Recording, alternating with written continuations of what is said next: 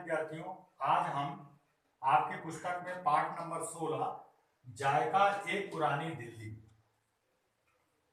पुरानी दिल्ली की उपयोगिता, उसकी गुणवत्ता, वहां के प्रमुख स्थान जैसे कि चांदनी चौक। तो चांदनी चौक क्यों प्रसिद्ध है और वहां पर ऐसा क्या है कि दिन रात भी दिन के जैसा प्रतीत होता है। सैलानी लोग यानी पर्यटक लोग वहां पर क्यों आते हैं, उसकी क्या विशेषता है।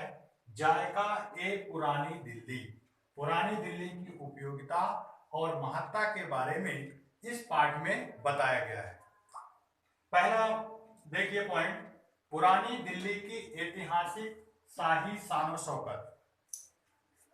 पुराने जमाने में जो राजा महाराजा थे वो उनके किस तरह की जीवन शैली थी, ठीक, किस तरह के उनके शाही अंदाज थे और चांदनी चौक क्यों प्रसिद्ध था, वहां की क्या गुणवत्ता थी, लोग वहां पर क्यों आते थे, चांदनी चौक के प्रमुख स्थानों का नाम जैसे असरफी बाजार क्यों रखा गया, ठीक है, और जो राजकुमारियां थी वो कंधार से आए हुए फलों को जो है वो वहां पर क्यों लेने जाती थी। पुरानी दिल्ली के ऐतिहासिक शाही शान शौकत में बताया गया है। दूसरा था चांदनी चौक के प्रमुख स्थानों की महत्ता।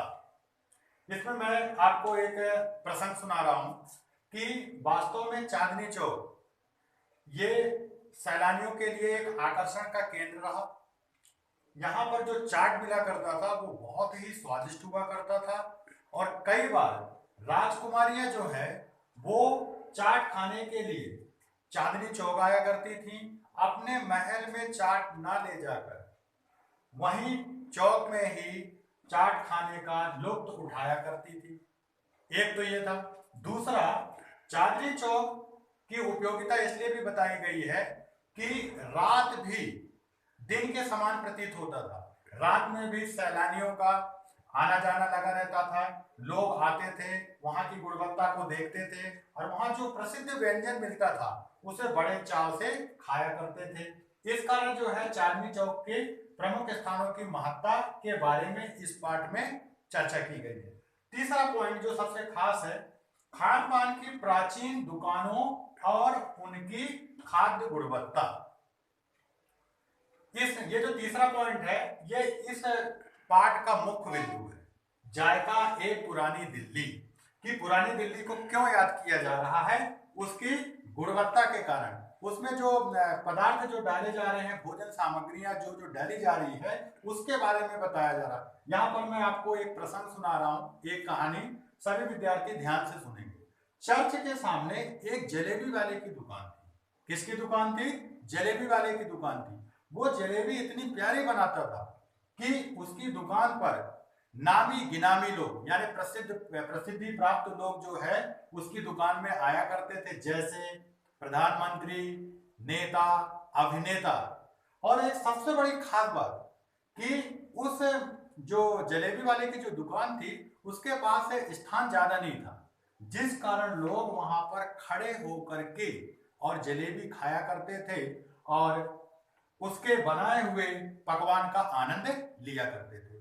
दूसरा एक प्रसंग और है कि आप सभी लोगों ने पंडित नेहरू और कमला नेहरू का तो सुना ही होगा। पंडित नेहरू कौन थे? पंडित जवाहरलाल नेहरू, जो भारत के प्रथम प्रधानमंत्री थे, जिनका विवाह किसके साथ हुआ? कमला नेहरू के साथ। तो एक प्रसंग है, ब्रजनारायण शर्मा। ब्रजनारायण शर्मा इसी हवेली में क्या बनाया करते थे? पकौड़ी बनाया करते थे, ठीक है। तो बहुत ही एक चर्चा का विषय रहा। क्यों रहा? क्योंकि इसी स्थान पर जो है, इसी स्थान पर पंडित जवाहरलाल नेहरू और कमला देवी का विवाह हुआ था। अब जो अंतिम बिंदु है इस पाठ का कि आज के आधुनिक जमाने में जहां पर फास्ट फूड चरम सीमा की ओर है, लोग पिज्जा बर्गर की ओर ज्यादा ध्यान देते हैं, परंतु हमारे जो पारंपरिक जो भोजन है, जो पाश्चात्य संस्कृति का जो पारंपरिक भोजन है, आज भी उसकी उपयोगिता और महत्ता है।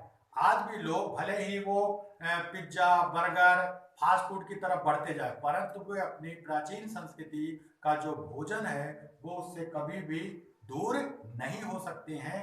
ये पाठ हमें यही सिखाता है।